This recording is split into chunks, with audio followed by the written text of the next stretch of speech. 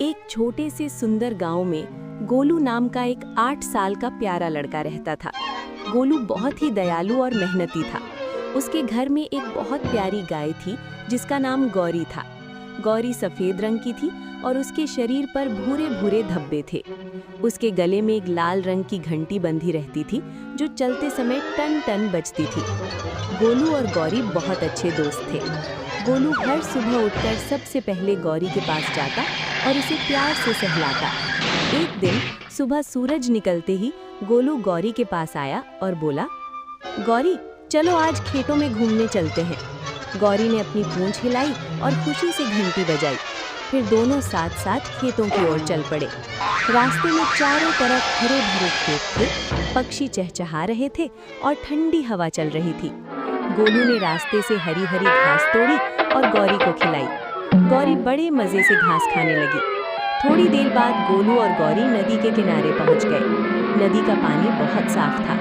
गौरी ने नदी से पानी पिया और गोलू किनारे बैठकर पानी से खेलने लगा। तभी एक रंग बिरंगी तितली उड़ती हुई आई। गोलू तितली के पीछे दौड़ने लगा।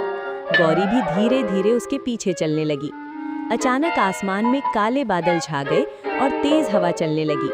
कुछ ही देर में बारिश शुरू हो गई। गोलू थोड़ा डर गया, लेकिन गौरी उसके पास खड़ी हो गई जैसे वो उसे कह रही हो, डरो मत, मैं तुम्हारे साथ हूँ। पास में एक बड़ा पेड़ था। गोलू और गौरी जल्दी से उस पेड़ के नीचे खड़े हो गए और बारिश से बचने लगे। थोड़ी देर बाद बारिश रुक गई और आसमान में एक सुंदर इंद्रधनुष निकल आया। गोलू खुशी से चिल्लाया, वाह गौरी देखो कितना सुंदर इंद्रधनुष। अब शाम होने लगी थी, सूरज ढलने लगा था। गोलू और गौरी धीरे धीरे घर की ओर चलने लगे। जब वे घर पहुंचे तो गोलू की माँ दरवाजे पर खड़ी थी। वो मुस्कुराते हुए बोली, लगता है आज तुम दोनों ने बहुत मजे किए। गोलू ने हंसते हुए कहा, हाँ माँ, गौरी मेरी सबसे अच्छी दोस्त है। फिर गोलू ने प्यार से गौरी को गले लगा लिया।